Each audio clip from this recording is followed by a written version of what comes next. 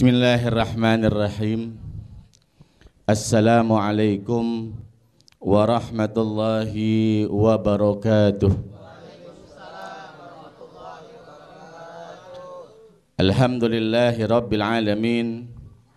Wassalatu wassalamu ala sayyidil mursalin, imamil gurril muhajjalin, sayyidina Muhammadin wa ala alihi wa ashabihi ajma'in. Amma ba'du, fa ya rabbi israh li sadri wa yassir li amri wahlul 'uqdatam min lisani yafqahu qawli. Amma ba'du, yang sama-sama kita hormati, kita muliakan, kita cintai dan kita patuhi segala perintah beliau, guru kita tercinta, pimpinan kita, pembina kita, penasehat kita, Al-Ustaz Dr. Andes Muhammad Yasin Rashid, yang mudah-mudahan Allah Subhanahu wa taala panjangkan umur beliau, Allah sehatkan badannya, Allah Subhanahu wa taala istiqomahkan niat beliau untuk membimbing kita, dan mudah-mudahan kita semuanya hadirin yang mana sebagai murid-murid beliau ilmu kita manfaat dunia dan akhirat. Juga guru kita Ustaz Abdul Razak dan para asatidah yang lainnya, ibu-ibu, bapak-bapak, jamaah Majlis Ta'lim Nurul Ilmi, insyaallah hadirnya kita di malam hari ini membawa keberkahan untuk kehidupan kita. Dan mudah-mudahan pahala-pahala yang kita dapatkan pada malam hari ini bisa menghapus dosa-dosa kita. Dan semoga keberkahan pula hadir kita pada majlis ta'lim malam hari ini mengangkat bencana yang Allah turunkan kepada kita, insyaallah. Hadirin yang dirahmati oleh Allah Subhanahu wa taala, Allah mengatakan di dalam Al-Qur'annya, wal fajri walayalin asrin. Sekarang kita berada di malam yang keberapa ini Zulhijjah nih? Yang ke-6. Malam ke-6 daripada bulan Zulhijjah. Hadirin yang dirahmati oleh Allah Subhanahu wa taala, seandainya ada seorang hamba itu bersumpah atas nama Allah, demi Allah, misalnya ini orang bersumpah atas nama Allah, demi Allah, atau dalam bahasa Arabnya wallahi billahi tallahi, ya, maka sumpah tersebut adalah sumpah yang mulia, yang nggak boleh kita langgar.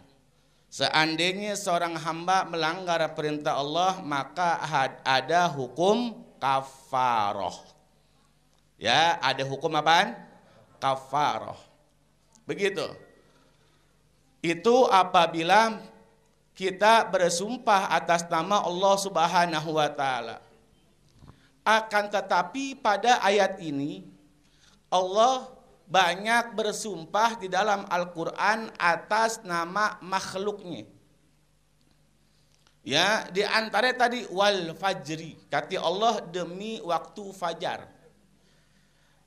Al-Imam Syekh Ali As-Sabuni di dalam kitab Soffatut Tafasir, beliau mengatakan wal fajri ini artinya ialah demi waktu fajar atau demi waktu subuh. Ya, wal fajri. Tapi kita bahas ayat selanjutnya, walayalin asri. Allah bersumpah pula atas nama makhluknya yang bernama Lail. Apa itu Lail? Malam. Tapi di sini malam yang bagaimana? Walayalin asrin. Malam 10 malam. Ulama tafsir al-mufassirin walayalin asrin di sini adalah malam 10 pertama bulan Zulhijjah atau min ahadi ashuril hurum, di antara salah satu bulan-bulan yang mulia. Ini pertanyaan nih buat orang-orang majelis, ada berapa bulan mulia? Ada 4. Pertama apa ya? Rajab. Yang kedua Dzulqa'dah. Yang ketiga Dzulhijjah. Yang keempat Muharram. Bedanya ame Ramadan hadirin, kalau Ramadan hari ke-10 mulia itu di malam yang terakhir, di mana doa kita diijabah, pahala kita lebih lagi dilipat gandakan. Tapi kalau seandainya Ashhurul Hurum, bulan-bulan yang mulia, itu 10 pertama yang diijabah oleh Allah Subhanahu wa taala. Ya, jadi malam yang pertama dari malam 1 sampai malam ke-10. Dzulhijjah juga begitu. Dari malam 1 sampai malam ke-10. Seandainya seseorang bertobat ame Allah di malam Ashhurul Hurum, insya Allah tobatnya nggak bakalan ditolak ame Allah Subhanahu wa taala. Itu yang pertama. Yang kedua, seandainya seseorang beribadah di malam 10 ya di awal bulan haram, maka ibadahnya itu dilipat gandakan pahalanya Allah 10 kali lipat. Ya, dan dinaikkan kita 10 derajat oleh Allah Subhanahu wa taala. Ini kayak begini nih. Ini malam sekarang nih hadirin, maaf, pengajian kita ini pahalanya lebih. Kalau seandainya malam-malam yang lain pahala kita paling 1, 2, 3 ya, tapi ini malam pahalanya lebih. Insya Allah antum pulang entar ke rumah 10 derajat dinaikin oleh Allah Subhanahu wa taala. Dan 10 hajat dikabulkan oleh Allah Subhanahu wa taala. Insya, makanya banyak-banyak doa nih malam. Doa jangan buat diri kita doang, tapi doa buat apaan? Buat bangsa dan negara kita juga hadirin. Ini apalagi bangsa kita lagi begini nih. Kemana-mana kita pakai masker, sumpek juga. Mau pakai pegel, nggak pakai tangkep, 2,5 lumayan. Beli kacang 2 kilo, mateng. Ya coba bayangin. Kemana-mana kita sembahyang jaga jarak, LDR. Ya jaga jarak kita sembahyang sama jamaah. Mau salaman kita malu-malu. Kita mau salaman, kita gak salaman, bingung. Ya coba kayak begini. Makanya ini malam kita turut doain bangsa dan negara kita. Ini baru tahun ini nih hadirin yang namanya jamaah haji sepi. Sampai sekarang aneh laporan dari teman aneh yang ada di sono, sampai sekarang hotel kosong. Ya, dari yang paling murah sampai yang paling mahal kosong, tutup. Masjidil Haram masih kosong. Padahal kalau seandainya tahun-tahun kemarin itu yang namanya bulan Dzulhijjah, yang namanya musim haji dari bulan Syawal udah penuh. Tapi sekarang apa kita nggak sedih ngelihat keadaan kayak begini? Yuk kita doain bangsa negara kita serta dunia, mudah-mudahan azab Allah Ta'ala angkat. Insya Allah. Hadirin yang dirahmati oleh Allah Subhanahu wa taala. Berbicara masalah Dzulhijjah, berbicara masalah haji, pasti juga berbicara masalah kurban. Udah pada paham deh. Untuk sejarahnya siapa? Nabiullah Ibrahim dan Nabiullah Ismail alaihi salam. Kita umatnya siapa? Nabi Muhammad. Betul gak kira-kira tuh? Tapi kenapa kita masih juga ya mengikuti daripada ajaran Nabiullah Ibrahim alaihi salam dan Nabiullah Ismail alaihi salam? Allah angkat derajatnya. Apa yang mereka lakukan kita pun dianjurkan oleh Allah untuk melakukannya. Sampai-sampai Allah Ta'ala mengatakan dalam Al-Quran, wattabi' millata Ibrahimah Hanifa. Ikutlah kalian dengan ajaran Nabiullah Ibrahim alaihi salam. Kenapa? Allah Subhanahu wa taala angkat Nabiullah Ibrahim alaihissalam. Allah taala angkat sejarah Nabiullah Ismail alaihissalam dikarenakan ketakwaan beliau kepada Allah Subhanahu wa taala. Kita bisa lihat hadirin, ketakwaan Nabiullah Ibrahim, ketakwaan Nabiullah Ismail alaihissalam, akhirnya apa yang beliau lakukan kita disunahkan oleh Allah untuk melakukannya. Bahkan ibadah haji diwajibkan oleh Allah untuk melaksanakannya. Kenapa bisa begitu hadirin dirahmati oleh Allah Subhanahu wa taala? Padahal kita umat Nabi Muhammad sallallahu alaihi wasallam. Karena pertama nih ketakwaan Nabi Ibrahim dan Nabi Ismail. Bagaimana contoh ketakwaan Nabi Ibrahim, Nabi Ismail? Kita bisa lihat yang sering kita dengar cerita-cerita masalah kurban. Gimana Nabiullah Ibrahim alaihissalam mematuhi perintah Allah Subhanahu wa taala untuk mengorbankan anaknya. Hadirin ini maaf hadirin.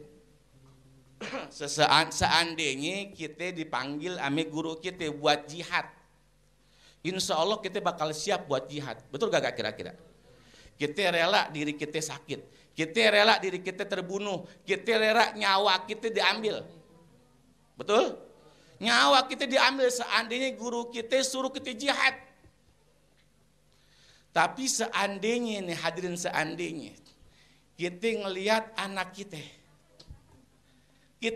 anak kita jangan lagi dipotong, digebugin sama orang depan mata kita. Padahal anak kita salah, tapi digebugin, lihat anak apa kita lihat anak kita digebugin sama orang lain. Kira-kira perasaan kita gimana?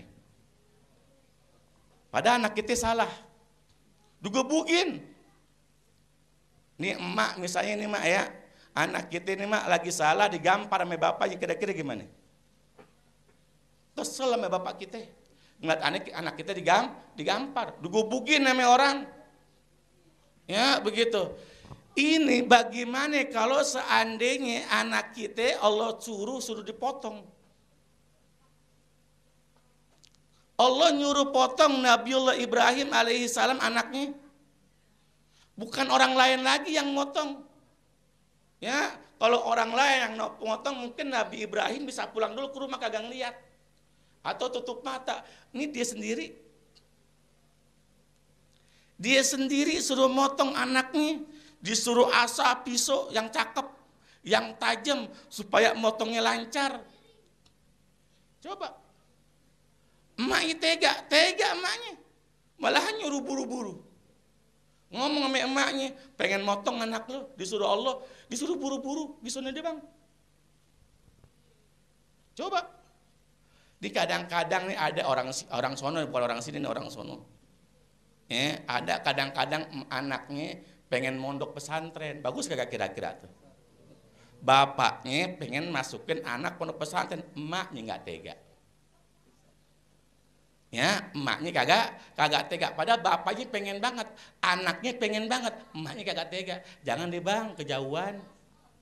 Jangan deh bang, kan kita bikinnya capek. Bikin keringetan, pakai rencana. Ya, begitu. Belum gedein, belum makanin dia, belum sekolahin dia, belum biayain dia. Udah gede, ente pengen lepas bang. Jangan deh, laki APKT bini. Akhirnya kagak jadi mondok pesantren. Karena kagak tega. Tuh. Tapi Nabi Ibrahim ketika beliau memberitahukan hal ini kepada istri beliau, buru-buru deh bang, ini perintah Allah, jangan sampai lambat. Tuh.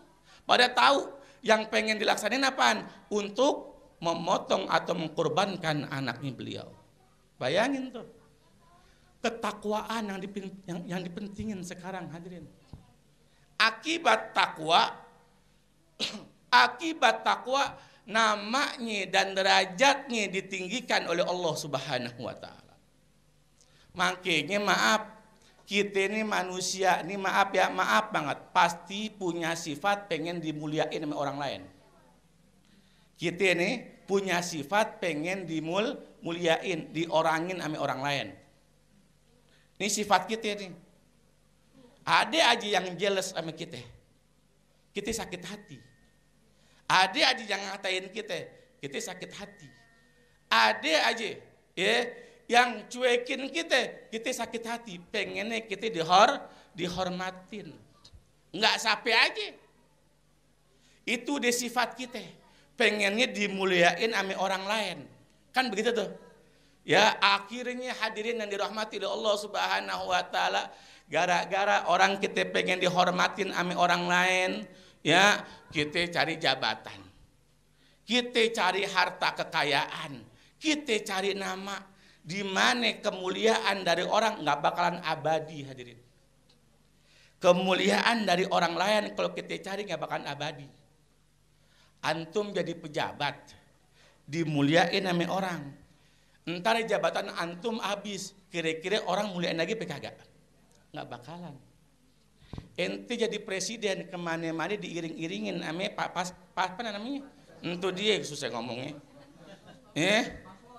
Entar ketika ente pensiun jadi presiden kagak diiringin lagi, nggak bakal dikawal lagi. Betul kira-kira? Antum jadi ustadz, pengennya antum dihormatin sama orang. Kemana-mana antum datang orang pada berdiri. Misalnya ini misalnya antum jadi ustadz begitu, pengen banget dihormatin. Kalau nggak ada yang berdiri ente ngambek. Entar kalau ente maaf sewaktu-waktu Allah Subhanahu wa taala kasih sepeleng otak ente. Kasih sepeleng otak ente nggak jadi ustadz lagi, ilmu pada hilang, kira-kira orang pada hormatin PKG? Nggak bakalan Allah hormatin. Antum pengen dihormatin gara-gara antum kaya. Kita ini Pak Bu ya, kalau kita kaya, jangan lagi saudara. Orang lain kayak apa namanya? Orang lain ngaku saudara sama kita. Betul gak kira-kira tuh? Kita kaya nih, jangan lagi saudara, orang lain ngaku saudara. No, dia kaya banget, dia mah saudara gue, walaupun jauh. Tapi kalau kita miskin, jangan lagi orang lain, saudara kagak kenal. Ya, tuh.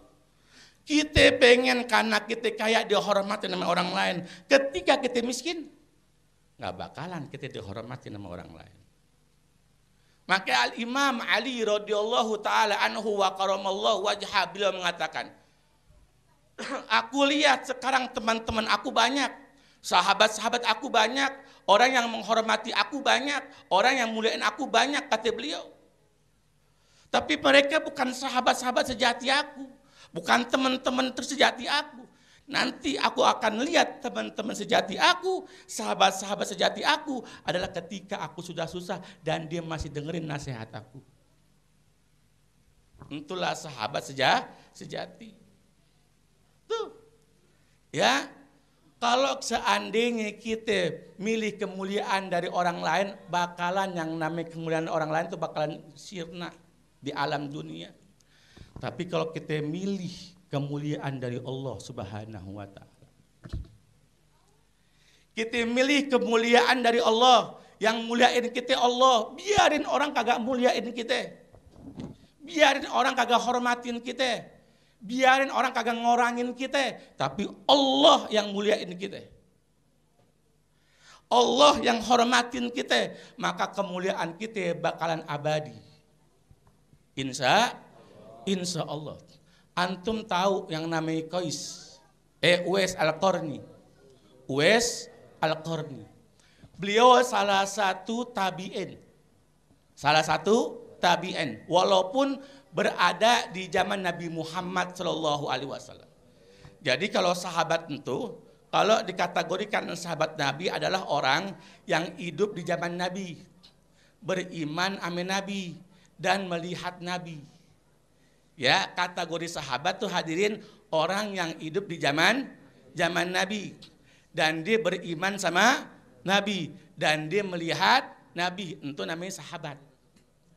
Kayak Sayyidina Abu Bakar Siddiq, Sayyidina Umar, Sayyidina Ali, Sayyidina Utsman dan yang lain-lainnya. Beliau beriman sama Nabi, melihat Nabi dan di zaman Nabi dikategorikan sahabat.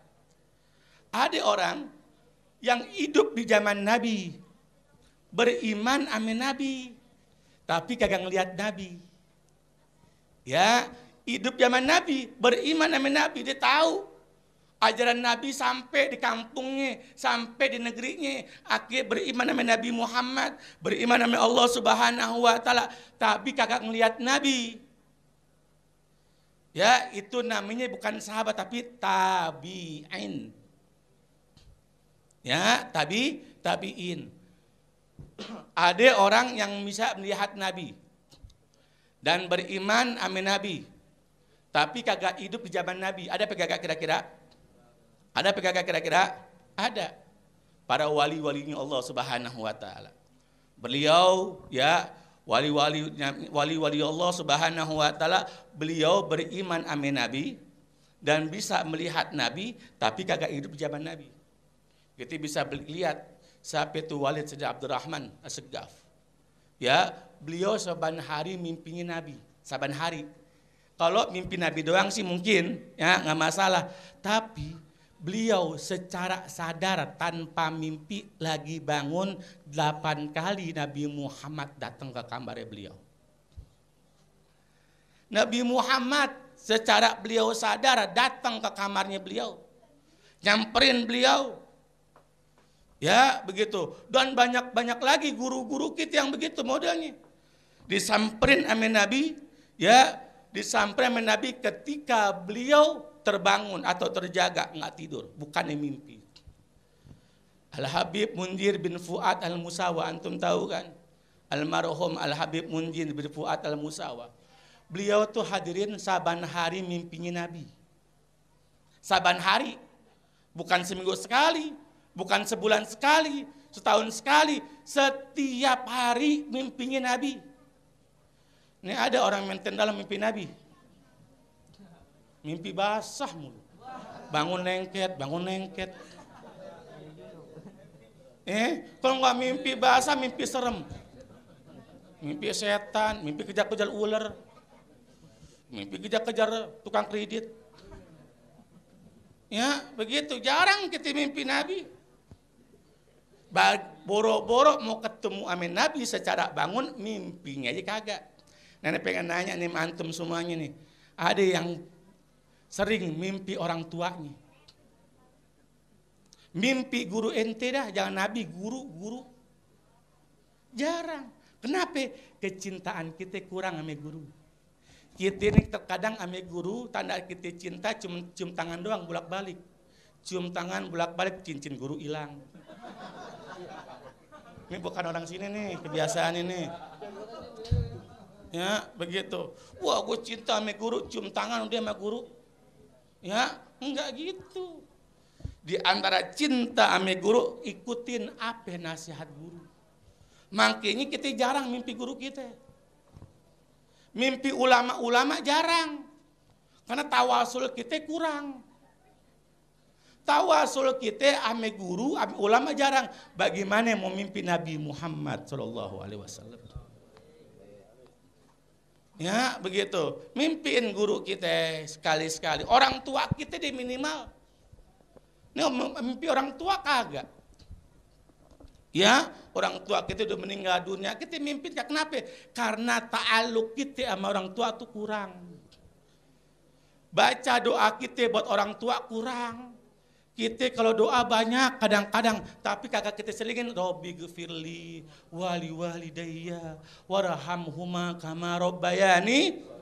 Kita pikir itu mah doa anak-anak kecil. Padahal itulah doa yang paling berharga di sisi Allah Subhanahu wa taala. Selingin doa kita setiap hari. Robbi gfirli wali walidayya warhamhuma kama rabbayani shaghira. Kita selingin setiap salat kita. Orang tua kita meninggal, kita ziarah ke makam-makam wali, tapi orang tua kita kagak ziarah. Ziarahnya kapan? Entar lebaran. Itu juga kalau gagal lockdown. Kalau lockdown, enggak ziarah kita. Tuh, ini bukan orang sini nih hadirin. Sono, jauh di atas ujung gunung. Bayangin. Ya, kita kembali lagi. Hadirin dirahmati Allah Subhanahu wa taala. Uwais Al-Qarni. Beliau seorang tabi'in, hidup di zaman Nabi Muhammad. Beriman sama Nabi Muhammad, tapi kagak pernah melihat Nabi Muhammad sallallahu alaihi wasallam. Meskipun kagak pernah melihat Nabi Muhammad, cintanya abis-abisan buat Nabi Muhammad sallallahu alaihi wasallam. Cintanya luar biasa pada Nabi Muhammad. Rindunya luar biasa pada Nabi Muhammad. Kangennya luar biasa pada Nabi Muhammad. Pengen ketemu Nabi Muhammad. Beliau tinggal di kota Yaman. Nabi Muhammad tinggal di kota Madinah. Pengen ketemu Nabi Muhammad sallallahu alaihi wasallam. Tapi apa daya? Uwais Al-Qarni ya mempunyai ibu yang tua yang lagi sakit. Kalau beliau melakukan perjalanan ketemu Nabi Muhammad, maka harus meninggalkan ibunya berhari-hari. Zaman dulu hadirin yang dirahmati oleh Allah Subhanahu wa taala, kagak ada busway. Komuter lain kagak ada. Jalan harus pakai onta, itu paling hebat. Uwais Al-Qarni orang miskin. Jangan lagi onta, keledai nggak punya. Dia harus jalan kaki. Hitungan dari Yaman ke kota Madinah. Kalau jalan kaki hadirin Yaman, Madinah itu sekitar 600 kilo. 600 kilo dari sini kemana ya? Ke Madura. 600 kilo dari Jakarta ke Madura. Kalau kita pakai mobil lewat darat melalui tol sekarang, ya Kasang lempeng aja tuh. Kalau pakai darat, ya melalui tol, begitu tuh. Itu perkiraan itu paling cepet 14 jam, paling cepet. Kalau kita gak mampir-mampir di rest area, kalau kita mampir-mampir, itu paling cepet. Gimana perjalanan beliau dari kota Yaman ke kota Madinah? Di mana gurun pasir? Perjalanannya nggak sama kayak sini, gurun pasir. Terus bukit-bukit batu. Ya, begitu. Akhirnya Uwais Al-Qarni beliau menyembunyikan rasa rindunya kepada Nabi Muhammad sallallahu alaihi wasallam demi ibunya. Demi ibunya hadirin. Akhirnya ketika ibunya meninggal dunia, Uwais Al-Qarni pengen ketemu Nabi Muhammad. Nabi Muhammad udah meninggal juga. Rasa rindu di dalam hati beliau membara. Rasa rindu di hati beliau berat. Beliau pengen ketemu Nabi Muhammad tapi kagak kesampean. Ya, begitu. Dan beliau akhirnya melakukan perjalanan untuk ziarah ke makam Nabi Muhammad sallallahu alaihi wasallam. Tapi beliau kagak berani sendiri. Kebetulan ada gobilah yang pengen ke Madinah. Beliau ikut dan beliau disuruh ame gobilah tersebut untuk menjaga hewan ternaknya. Ya, Uwais Al-Qarni hadirin maaf, orangnya miskin, nggak ada jabatannya, nggak punya nama, jabatan kagak, nama kagak, miskin, saking miskinnya maaf kalau makan ngorek-ngorek sampah, kalau ada sisa makanan dimakan sama Uwais Al-Qarni. Pernah suatu hari berebutan makanan sama anjing. Ketika dia lagi ngorek makanan, anjing pengen makan juga. Uwais Al-Qarni ngomong anjing, bahasa kita nih. Nih kalau bahasa kita, biasa gak ngomong kayak gitu. Anjing, rezeki lo, rezeki gue. Allah udah ngatur. Lo jangan makan rezeki yang Allah kasih buat gue. Gue juga gak bakalan makan rezeki yang Allah kasih buat lo. Anjing ngerti, anjing nyaman. Coba anjing sini. Kita ngomong kayak gitu digonggong gitu ya. Anjing nyaman dia ngomong kayak gitu, ngerti. Dia melengos pulang lagi. Uwais Al-Qarni akhirnya makan tuh makanannya. Ya. Akhirnya hadirin sampai di kota Madinah. Uwais Al-Qarni, gobilah orang-orang di gobilah tersebut itu pada mau menghadap Sayyidina Umar ibn al-Khattab, Sayyidina Abu Bakar Siddiq radhiyallahu taala anhu. Akhirnya Sayyidina Umar bin Khattab dan Sayyidina Ali bin Abi Thalib langsung nyamperin itu gobilah dan mengatakan kepada kepala gobilah, wahai fulan, apakah engkau dari Yaman? Ya, kami dari Yaman. Kalau engkau dari Yaman, Kira-kira engkau kenal gak ame seorang yang namanya Uwais Al-Qarni? Gak ada yang kenal. Siapa itu dia? Ini bentuknya begini, mukanya begini, gambaran dari Nabi Muhammad SAW. Nabi Muhammad walaupun kagak ngelihat, tapi udah punya gambarannya. Tahu Nabi Muhammad. Zaman dulu belum ada WhatsApp, video call, enggak. Ngirimin gambar, kagak. Tapi Nabi Muhammad tahu, tuh Rasulullah mempunyai mukjizat hadirin.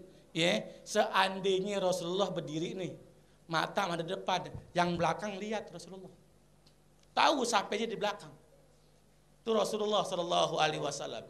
Ketika beliau nyebutin nama seseorang, ya, ketika beliau nyebutin nama seseorang, itu beliau tahu bentuk-bentuk daripada rupa orang tersebut.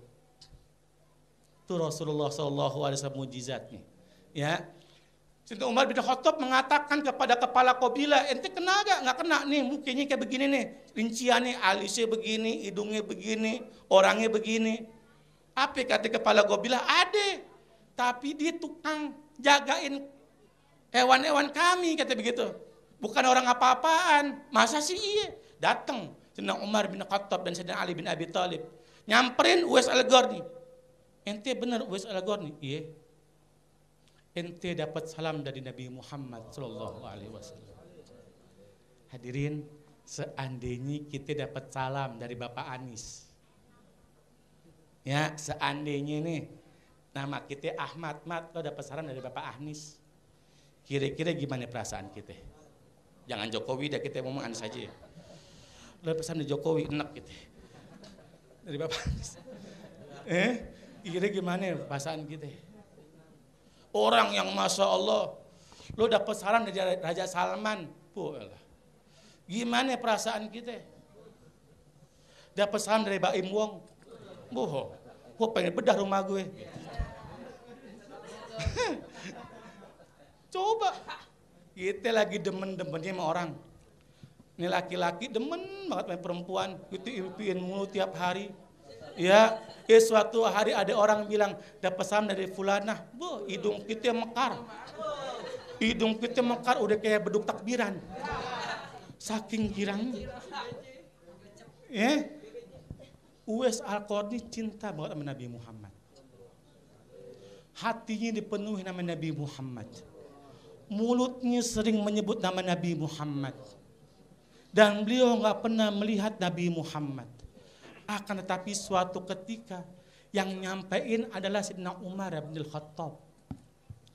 Sayyidina Umar bin Khattab bukan orang sembarangan.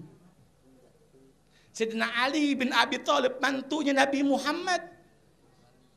Langsung nyamperin, bukan Uwais yang nyamperin, tapi beliau berdua yang nyamperin. Ya Uwais, ente dapat salam dari Nabi Muhammad. Gimana kagak berlinangan air mata Uwais Al-Qarni? Ya, akhirnya Sayyidina Umar bin Khattab mengatakannya, Uwais, apa kerjaan ente? Ini aneh ngembala kambing, aneh ngembala hewan-hewan orang. Kata Umar bin Khattab, ya Uwais, kalau ente pengen harta, gue bakal cariin harta. Gue cari harta dan gue kasih semua ke ente semuanya. Apa kata Uwais Al-Qarni? Ya Umar, aneh bini kagak, anak kagak. Harta buat apaan? Aneh khawatir kalau ente cari harta maka hilanglah cinta aku kepada Nabi Muhammad Sallallahu Alaihi Wasallam. Aku lebih menikmati makan sisaan orang ketimbang aku menikmati makanan dari hasil-hasil yang haram. Uwais Al-Qarni. Nangis Sayyidina Umar bin Khattab, nangis Sayyidina Ali bin Abi Thalib. Akhirnya beliau mengatakan, ya Uwais, aku diperintahkan oleh Nabi Muhammad ketika beliau hidup, disaksikan oleh sahabatku Ali bin Abi Thalib, mantu Rasulullah SAW, untuk menghampiri engkau dan aku minta doa sama engkau. Aku minta doa sama engkau. Hadirin, Umar bin Khattab, orang yang top, orang yang dijamin masuk surga. 10 sahabat yang dijamin masuk surga dilontarkan langsung oleh Nabi Muhammad SAW, di antaranya Umar bin Khattab dan Ali bin Abi Thalib. Bagaimana kagak ijabah doanya kita dia? Bagaimana kagak diijabah doanya Umar dan Ali? Kita hadirin minta doa me guru kita pasti diijabah. Antum minta doa me Ustaz Yasin pasti diijabah, tergantung niat antum. Tergantung keyakinan antum. Ijabah doa antum bukan karena orang, tapi karena keyakinan antum. Ya, walaupun tuh orang maaf hadirin sering maksiat, tapi antum minta doa ame dia, kalau antum yakin diijabah ke Allah. Ana inda dhanna abdi bi, kata Allah. Aku tergantung perasaan hamba. Walaupun guru kita wali, masa Allah orangnya, kita minta doa ame beliau kagak yakin gak bakal ijabah. Apalagi guru kita, apalagi Sayyidina Umar bin Khattab. Ijabah doa dijamin masuk surga. Tapi diperintahin sama Nabi Muhammad sallallahu alaihi wasallam buat apa? Buat minta doa sama Uwais Al-Qarni. Gara-gara apa hadirin? Gara-gara beliau memuliakan orang tua, di mana itu adalah perintah Nabi Muhammad sallallahu alaihi wasallam. Ya, Allah untuk memuliakan orang kagak ngelihat jabatan. Allah memuliakan orang kagak ngelihat kekayaan. Allah muliakan orang kagak ngelihat ilmu. Tapi Allah muliakan orang, inna akramakum indallahi atqakum. Kalau kita pengen mulia dari Allah, gampang syaratnya. Apa? Jadi orang bertakwa. Insya Allah. Pengen kagak dimulai sama Allah? Pengen kagak? Ya, Allah kalau udah muliain orang hadirin, ya Allah akan angkat derajat orang tersebut. Walaupun kita adalah orang yang gak punya apa-apa, ilmu kagak, amal ibadah kita pas-pasan, sodakoh kadang-kadang, ya begitu. Tapi antum bertakwa sama Allah, insya Allah Allah bakal muliain kita. Insya Allah, mudah-mudahan nggak panjang-panjang ya, mudah-mudahan Allah Subhanahu wa taala muliain kita semuanya. Allah Subhanahu wa taala angkat derajat kita semuanya. Berkah daripada ini malam, Allah taala kabulkan doa-doa kita. Allah hapuskan dosa-dosa kita, dan mudah-mudahan anak-anak kita, jamaah-jamaah Majlis Ta'lim Nurul Ilim, semuanya ilmunya bermanfaat dunia wal akhirah. Ala hadhihi niyah, al-Fatihah. A'udzu billahi minasyaitonir rajim. Bismillahirrahmanirrahim. Alhamdulillahi rabbil alamin. Ar-Rahmanir Rahim. Maliki yaumiddin. Iyyaka na'budu wa iyyaka nasta'in. Ihdinas siratal mustaqim. Siratal ladzina an'amta 'alaihim ghairil maghdubi 'alaihim waladdallin. Hadani Allah wa iyyakum ajmain. Assalamualaikum warahmatullahi wabarakatuh.